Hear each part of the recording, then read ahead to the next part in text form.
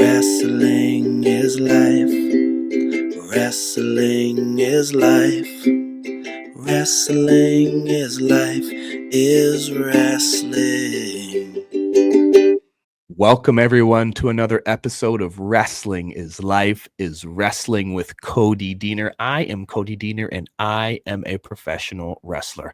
I'm a professional wrestling producer with TNA Wrestling. I am also a professional speaker, traveling all across Canada and the United States, delivering messages of perseverance, grit, daring to dream big, and being a positive influence to young people. I'm also a professional dad. I'm a father to 4 awesome kids and a husband to a beautiful, amazing, and supportive wife.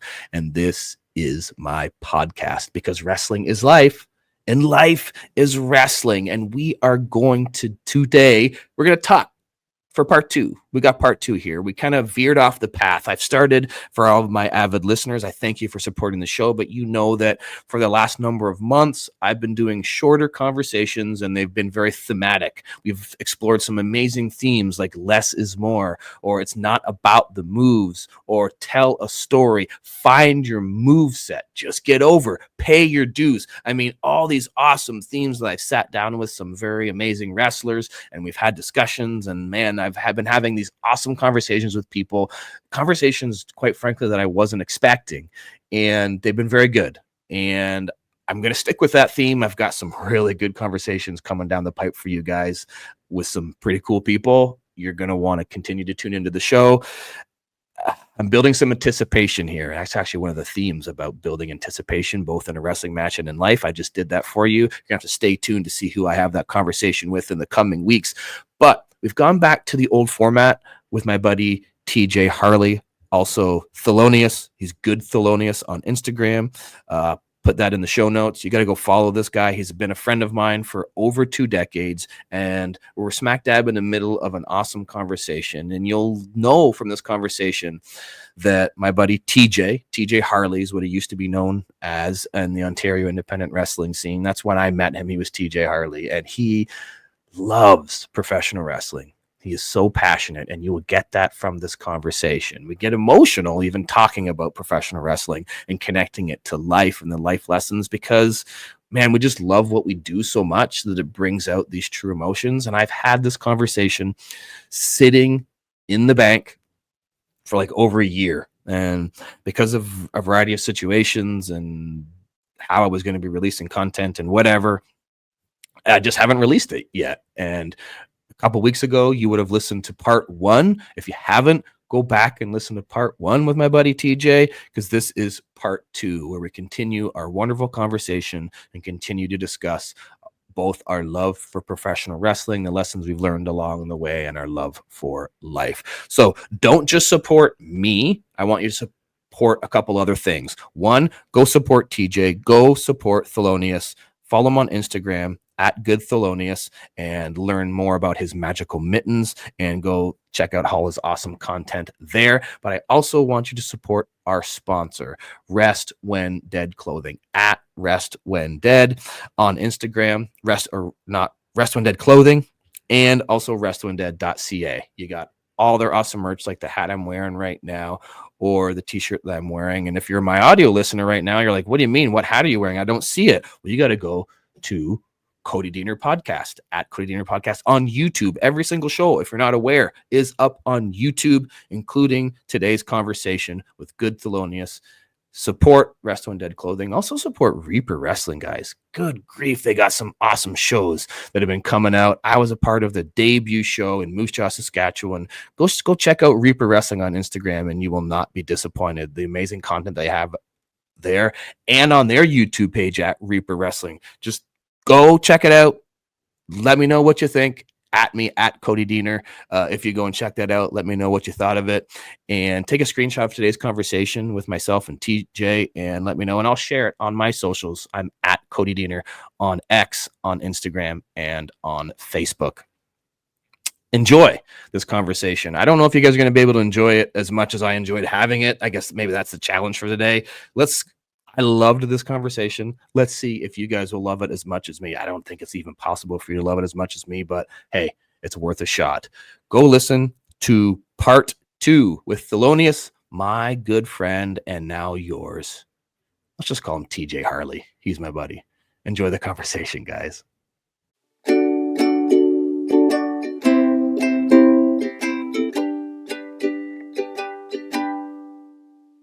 You talking about the good Thelonious stuff, like I want to dive into that. And before I kind of want to take a side journey though, because it made me think of like you're really like honed in on that, and you have this like vision for it, and you have this thing that you're trying to sell, that you're trying to create. You know exactly what it is. Do you feel that you didn't have that when you had tryouts at the WWE?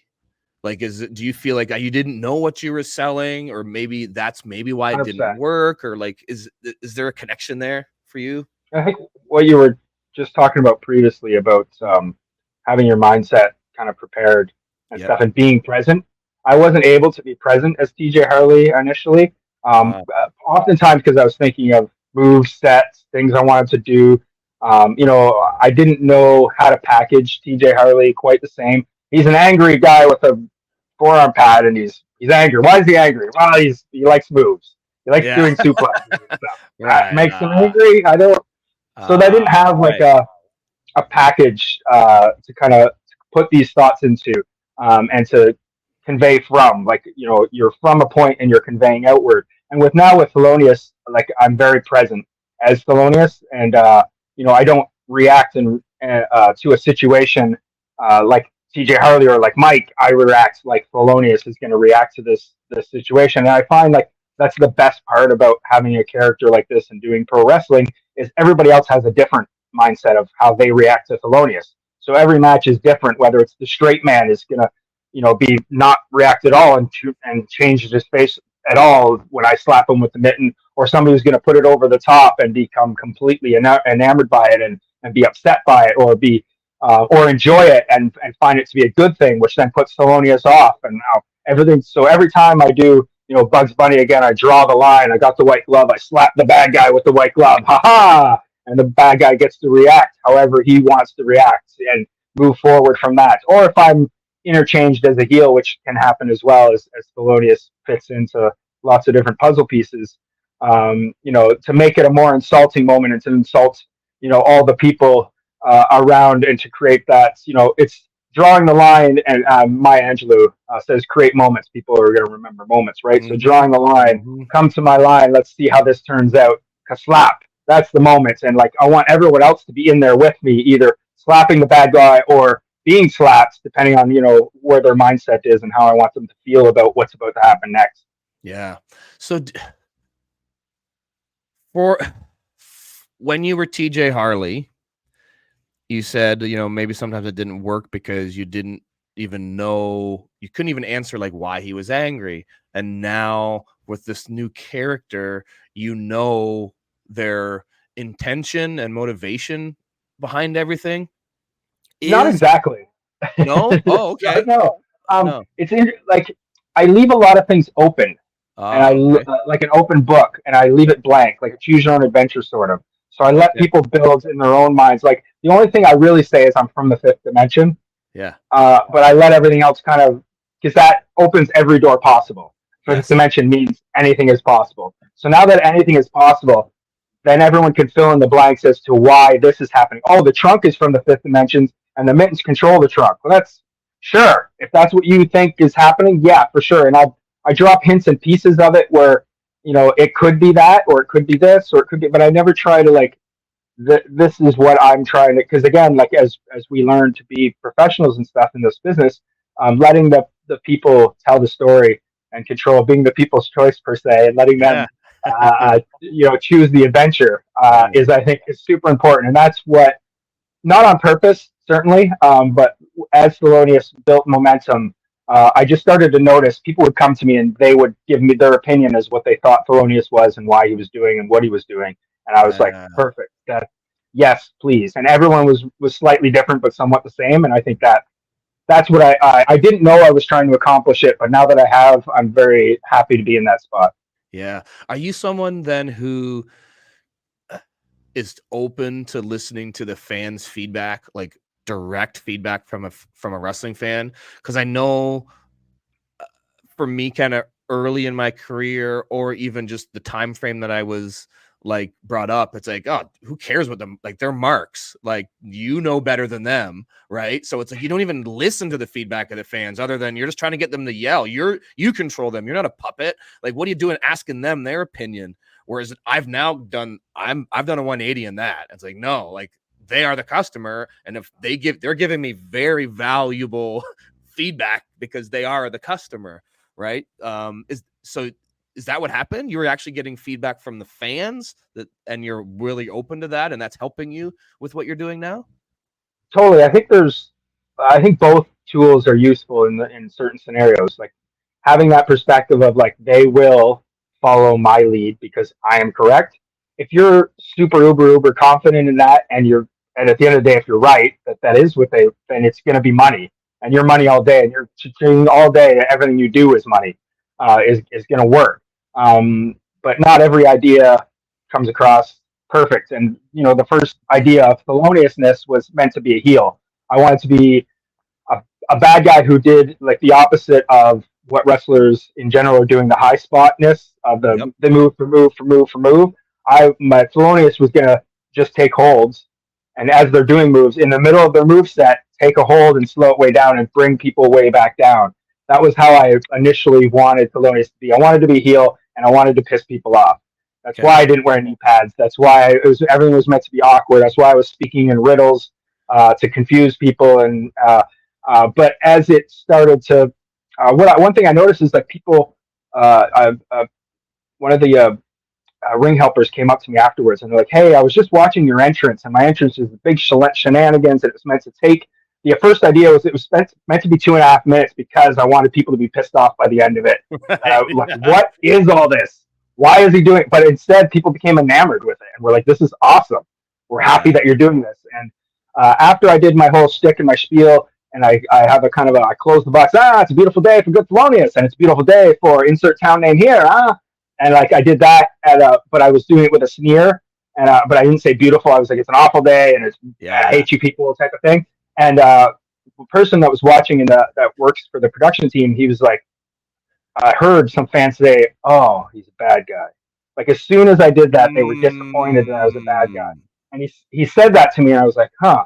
I was like, can you pay attention again in the next couple shows? And he did, and he's like, people want you to be a good, like they're reacting really positive to what you're doing.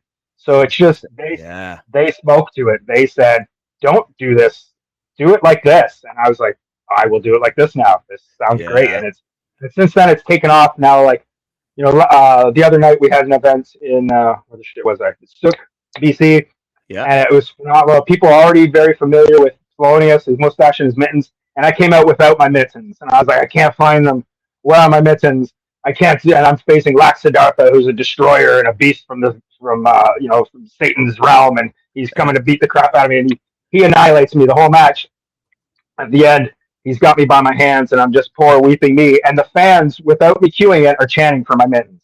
My mittens are now more over than me. And I have this kind of plan to make them become their own entity altogether. But another heel who had stolen them in a match previous came out with them in Pulp Fiction. The case, they open it, it's glowing. So he opens the glowing case, the mittens are hanging there, and people lose their minds. The mittens! Close it shut, I get annihilated. But like that moment of like they wanted it. So now we can, next time go a little bit bigger with it and create another mitten moment. And really, it can go anywhere with this. They can become their own character, which they kind of have recently. During a match I was in previously, the mittens took over as a heel sort of in the match, and it became a 3-way match. But my mittens are recognized as legal part of my attire. Right. So then the referee recognizes it, so they're part of the match. But during the match, they disagreed with me, and then the heel had pulled the ref, and then the mittens were choking me in the corner. So we're doing this 3-way that the fans all recognize, and they cue right away. And one thing I try to I'm feeling for is when I'm doing these absurdities. Oh my goodness! Oh my cat! My cat just jumped up. Sweet cat running. I love it. That's these absurdities. that people and their reactions are going to gauge, whether it's working or not, and whether I Yeah. should be doing this, and whether I should keep doing it. And I think that's been fun. It's been super Yes. fun to be a part of. That's when wrestling's the best for me. Like, it's when it's fun, it's unpredictable. You can be present, all these things that we're talking about. Like, you can roll with that. And I think it was interesting too, something that you said. There is times when it's like, no, you have to be confident and like in what you're selling. Like, as a salesman, you're like, no, this is what you're going to buy. Right. And sometimes it's like, no, it's your job. And sometimes in the job too, even though they would buy something else, it's your job to sell that thing. Right? I've learned this from TV wrestling. It's, hey, even though like, I know that if I go to the ring and I start drinking beer and go into the audience and start smashing beers and chugging them, I'm going to be the most over babyface ever. But guess what? Somebody else is kind of already doing that or has done it, and you're not allowed to do that. So guess what? No, you don't get to do that. You have to go sell this other thing. Oh, okay, right? Like, there's just limitations to it, and you have to decide. Sometimes you have to learn. Nope, this isn't what I'm allowed to sell in this moment. I have to kind of sell this other thing. But on the flip side, it's one reason why I still do independent wrestling. I will always do independent wrestling, and I love independent wrestling. Is those limits there's way less of them. It's nope, you can be from the fifth dimension and let the mittens choke you, and you can do it for 20 minutes because it's independent wrestling, and you can have a hell of a lot of fun and be unpredictable. And that's one thing I've tried to do with this People's Choice thing is, I want to bring some of that unpredictability and choice and fun into television wrestling, because I literally don't know what's going to happen. Sometimes they might choose something that I was not expecting, and then we got to figure it out. Because wrestling's the best when it's fun. Absolutely. Yeah. So I don't even know where I want to go or what I want to hit or even how I want to transition to this, but I do think that there's a life lesson here for people that have a goal, they have a dream, they might not know how to accomplish it, so they have to try something. Sometimes, I mean, in my life, I've learned, and I've actually given this advice to young people, when they have this dream or goal, I'm like, you need to change your physical surrounding. Like, I talking to a young person, who lives with their mom, when they're in their early 20s and they're trying to do this thing. I'm like, dude, you can't, you're not going to be able to do what you want to do living with your mom. It's not going to work. It's like, you have to force a physical change. You decided at one point, I'm going to physically move to Nashville, Tennessee to try to make this dream come true. What was going through your head in terms of doing that? Why? What lessons did you learn in that journey? I mean, we could probably do a whole podcast just about that, but I guess I'm just really interested into what your mindset was for that and some of the things you learned in that journey. I'm a flow guy. I'm often like going with the flow of things, and I don't. You are. I don't often like. Sometimes things are like they just make sense, and I should just do this now. And I think I was just at that point. As far as being an entertainer in pro wrestling, it was 2005. I had done my with Danger Boy. We did a 1 hour Iron Man match with New Vision, and it was spectacular. And I was in great shape, and I was physically able to do almost anything. And then hot off of that, we did, I think, that WWE day where they invited 30 or so independents to do like a workout type of scenario, which was awesome, really cool learning experience. So I'm coming off of kind of that high. And I think we'd also gone to the New Japan Pro Wrestling Dojo out in Santa Monica. Just previous to this, we were all living at the Wrestler House there in St. Catharines, but things were kind of falling apart at that house. We were losing the spot itself. I lived with Crazy Steve briefly, I think, in a small place not far from there. And then just things, Jesse was in Nashville at the time. Yep. He had stayed there for, I think, about 6-8 months. And he was just coming back. And my first plan was to go visit. I was going to go spend like maybe a month there. But with Jesse coming back, the room being available with Andy and EY, that I was just like, maybe I'll just stay. So I packed up my car with that in mind. Everything I owned and felt of value in my '93 Ford Tempo, and I headed down and made some amazing friends and connections down there. And my life was pro wrestling while I was there. It was for a while. It was my only job, although I didn't have a ton of expenses. I was very privileged to be living with Bob Ryder for a time while I was there. Bless his heart, an amazing soul, in Bob Ryder, and just a wonderful wrestling soul who just everything about the business was Bob, and Bob was everything about the business. It was incredible learning from him and just experiencing pro wrestling from his, with him was always a lot of fun and a damn pleasure. So yeah, I had a really cool experience there, and then just back to work life. I was, floating in and out of possibly, working with TNA. I was doing the odd spot where I was security guy, get smashed with a beer bottle by James Storm, get thrown out of the ring by Dusty. Cool little spots here and there. I had an explosion match, which was fun. I showed some value, which I think at the time was good. They thought of me as a possible utility guy, just to be available whenever they needed somebody. Who knows if they needed a ref or they needed whatever. So that was, yeah, I believe anyway, at least how the story was told to me, as close to being signed to a professional contract, but it not actually happening as possible. From what I was told. Who knows if this is true? That Dixie Carter had my contract on her desk and asked who I was. Terry Taylor said I was Jeff's guy, and that was the end of it. At the time, she had heat with Jeff for whatever reason, and and it was, from what I was told, it was ripped up and put in the garbage. That was more or less the end of my pro wrestling in Tennessee. It broke my heart, to be honest. Yeah. But in hindsight, it's the best thing that could have happened to me. Like, I think I wouldn't be Thelonious, that's for sure. And I think I wouldn't be the professional that I am today. I think being in that scenario at that time, I still had a lot to learn about being a man and being myself. Yeah. I think that at that time would have made me a different person. That I don't think I'd be on this podcast. I don't know that, you never know where things go, but I just feel like I would have been in a different place. So that happening at that time was what it needed to be. But while I was there, Jeff got me a couple jobs, which was amazing. He hooked me up with Doc Tizzle and got me a job at a nutrition store, which was right down my alley. Yeah. So I worked part-time at the nutrition store, again, during the week, a good gig.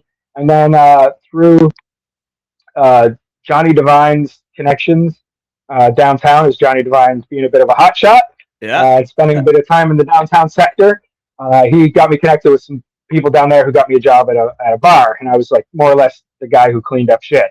But I got a portion of everyone's tips at the end of the night, which in American dollars, getting $500-600 for a night of work is huge. It taught me a lot of skills that I'm using today on how to work long hours, how to power through a scenario, how to get positive results even when you're extremely exhausted. So I was in that situation, and lots of crazy shit happened because it's downtown Nashville, and we could do a whole podcast in just that time of wackiness. But out of it, getting my heart broken and leaving Nashville was, I took some time off of wrestling. I had about 3 or 4 years where I didn't really touch the ropes. I got into firefighting. I learned a lot about my community. I got really tied into my local community here in Powell River, British Columbia. It was a really cool experience in that. And then I found that Eddie Osborne was running pro wrestling shows on Vancouver Island, and being an old connection from mine from Ontario, bless his heart, 365 Pro Wrestling was kind of gaining ground. And since then, I've been working with him. He's given me a great outlet to be myself, to be Thelonious, to kind of be my ridiculous charactership. And he has like a YouTube television show plug for 365 Wrestling Combat on YouTube. It's a weekly show. We travel all over Vancouver Island, and there's enough footage there to more or less put together a show weekly, which is great.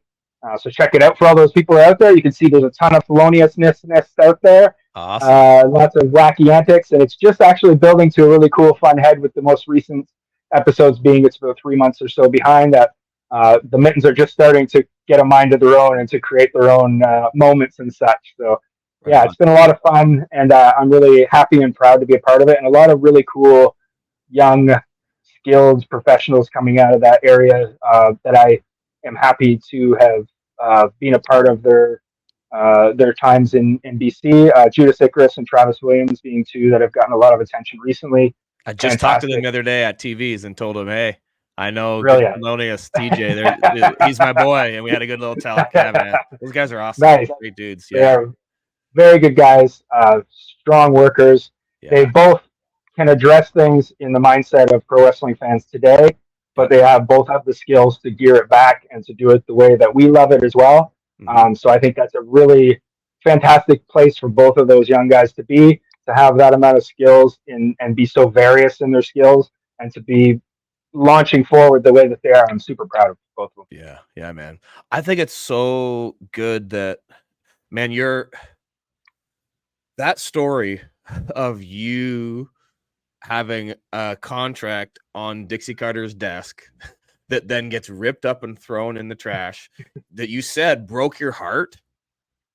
You and I both know so many guys that everything you just said, all those positive things about 365 and this TV show you're doing and these young guys you're pouring into, like that chapter doesn't get told for most people, because the ending of the story is the contract gets ripped up and they go, fuck this. Their heart's broken. And then they go, I'm done. They can't take it. They're not able to get to the chapter that you've gotten to. And there's a couple questions that I have that I wrote down. It's funny that you said that, because I wrote these questions. Before you do your questions, please, I just want to state, like, okay, good. And Dixie maybe is a different person now than what she was. We all are different people now than we were. But from my time, like for me now, and like she was the heel of where I was at that point. She needed to be that heel for me to change gears and to become who I am today. But my perspective was, I'm not going to let her determine how I end this. Yeah. And I don't mean that in a derogatory way. Like I don't, but at that time where my mindset was, that's how I felt. I don't feel that way now. I understand more, and my mindset is more understanding where she possibly was at that point. And I can imagine, where everyone is at certain points when they make decisions and they don't know how much it affects people in the future. I've had conversations with young wrestlers 10 years ago, and they really recall this thing that I said, and I don't recall saying it. And sometimes I'm like, shit, I'm an asshole. And other times I'm like, I'm really glad I said that. I'm glad you took that to heart. Right. So it's, we're at different places at different mindsets at different times. So, I don't hold a grudge to Dixie. I'd give her a high five if I saw her, but at the time, and I needed that to become who I am today. So, maybe I'd thank her.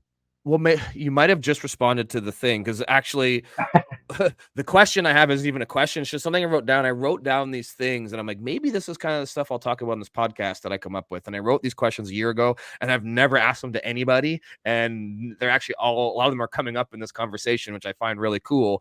And one of the things I wrote down was, I just said, respond to this. Wrestling will break your heart. That's what I wrote down. Right. And I think, and so it's like, I think you've already responded to that in a really cool way, in the sense that, yes, it did. And here's the players that were involved. However, you use that in a positive way, which I think the sad part is most people don't. But for me, I love a good story when somebody takes a negative and can turn it into a positive, or at least recognize it. Makes us who we are, really, at the end of the day. Fighting through that type of stuff and moving forward, it just, like, most people who become beasts in this world, who are running shit the way that they want to run it, they have these stories of being broken at some point and of being, beat down at some point to where they had to rebuild themselves. And I think it's from a movie, I think, but you don't, Fight Club, maybe, you don't know that you've lost that you had anything until you've lost everything. And I think that's, I'm not saying everyone should get addicted to drugs and go down a deep rabbit hole and, break their souls, but having adversity and failing, I think is important. Okay. This plays in right into the next question I want to ask then. I'm really interested to see what you're going to say. Maybe this is a good way to end, or maybe it'll just start something whole new. I don't know. But there's a quote that I heard once that says, something that has deep meaning to you will help you through suffering. Something that has deep meaning to you will help you through suffering. Has wrestling been that to you?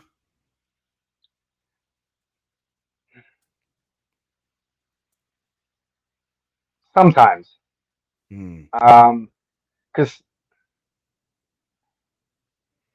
like it's it means a lot to us, I mean, to be what we are and to be where we are. But there's Yeah. a bigger picture to this place Yeah. that we exist in, and I think my discovery and understanding of the not even how the world works, but how I perceive it to be Yes. working, and how things come together. Like it was so important to recognize, and like for me, most recently, cosmology has become really important to me. Understanding where we live and why we're here, and understanding the value of our souls and our spirits. Yeah. That type of, for lack of a better term, hippie shit. Yeah, That man. that perspective has become super valuable to me, and I think has made me a better performer, a better entertainer, and a better wrestler. Wanting to share with people a new perspective that I believe has a ton of value on how we hold ourselves in this place and how we, coming back to manifestation, the reason manifestation has power, and speaking things has power on vibrational level, is because of the fifth dimension, of course. It's because we're from somewhere we cannot understand, and we're going places we can completely not understand at all. So, being in a complete state of uncomfort while I was not involved in wrestling, and was more or less rebuilding my mindset Yeah. about everything. I think it became a bigger thing for me than just wrestling, and wrestling has been a small piece of that, but not as much as I had thought. 10 years ago, I would have said it's everything, and Yeah. the only change that's going to happen is going to happen because of it. And realizing that we're special, this place was created for us, that the earth is flat. Oh my God. Realizing that type of stuff and Sure. recognizing it for what it is, Yeah. and recognizing the grandiose work that is happening all the time in every facet of entertainment and every facet of political presentation, of these beasts of the machine, as we call it. Sure. I think that recognition and being comfortable in my part in what that is, I think Right. it has made me a better person and a better performer. Because Yeah. like I put more value in what we are as pro wrestlers, and I think it's important. I think pro wrestling will never go away ever because it's an important part of the overall cog of the overall function of society. To be entertained, to have fun, to lose themselves and lose their woes in the art of and Yeah. live art and live moments can't be, if people do it in music, people will do it in a hockey game, but for some people it's Shakespearean in its core, and that's for us. Like, it's no Yep. story ever told didn't end that wasn't a comedy or a tragedy, and every story that we're telling is a comedy or a tragedy. And the stories that we're in right now, that we're creating ourselves, we have the ability to make it a comedy or a tragedy. So Yes, what we do do. what do you want? What do I want? Right? Nobody Yes. really wants a tragedy, but if No. you're living in the depths of tragedy all the time in your heart, and you're holding on to a moment that happened, or this time that Dixie tore my contract up, and I just hold that in my heart, and I'm just hearing that tearing every time I wake up in the morning, I'm dwelling on that type of negativity. I'm going to live in that, and my Yep. whole life will be a torn contract, and every opportunity I get will be another torn contract because I've manifested, I've created that power in everything around me. So I don't, and I won't, and that's not what's going to happen. That's awesome. Yeah, man. Oh man, that's powerful stuff. And I think I love that. I love that because I really believe as well that, you know, there's the stories that are occurring in a wrestling ring, which I love telling. There's the stories that are manifesting and happening in our real lives. And then there's also the stories that we're telling ourselves. right? And often the story that we're telling ourselves isn't the story that's happening in real life, and this ripping of a contract, sometimes some people, the story they tell themselves is, I'm worthless, I have no value because of that contract being ripped. And that is 1000% untrue.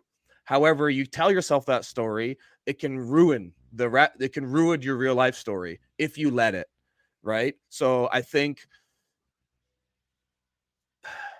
telling ourselves a story that maybe has comedic elements and is not tragic, even though most good stories have tragic elements, but you can decide in the end if you're going to be the baby face of your story or you're going to be the heel of your story.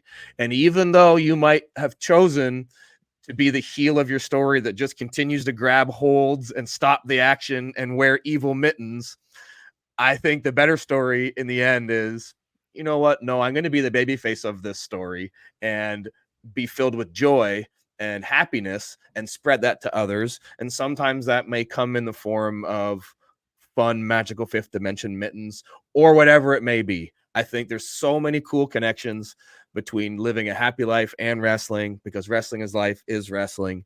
And, there was a lot of things that we talked about today that I wasn't anticipating. Everything from Me too. Romeo Adams giggling to kind of just all the connections that we just made between wrestling characters and life and manifestation, all that stuff.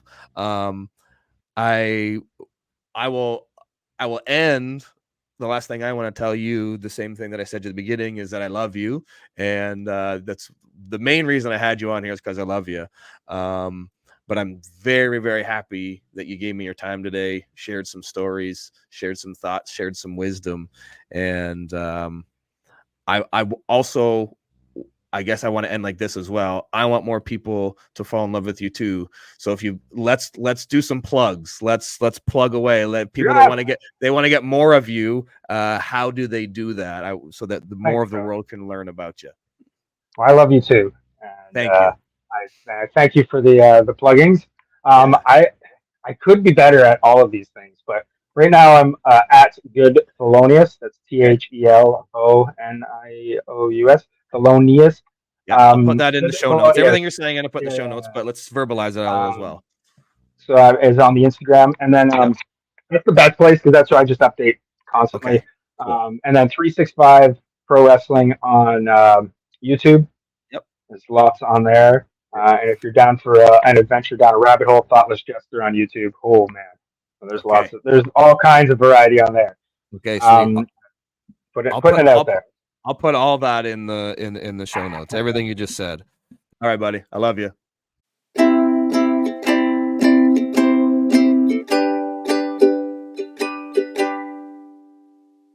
That's going to do it for another episode of Wrestling is Life is Wrestling. Until next time, guys, please visit our sponsors, Rest When Dead Clothing at restwhendead.ca, as well as ceofit.ca for all your fitness and fitness supplement needs. Don't forget to take a screenshot of today's episode and tag me at Cody Deaner. If you want to learn how to book me on your wrestling show or your speaking event, you can go to codydeaner.com or learn about my speaking career at chrisgrayspeaks.com. Until next time, guys, don't forget that wrestling is life, is wrestling. We'll see you next time, guys. Wrestling is life. Wrestling is life. Wrestling is life, is wrestling.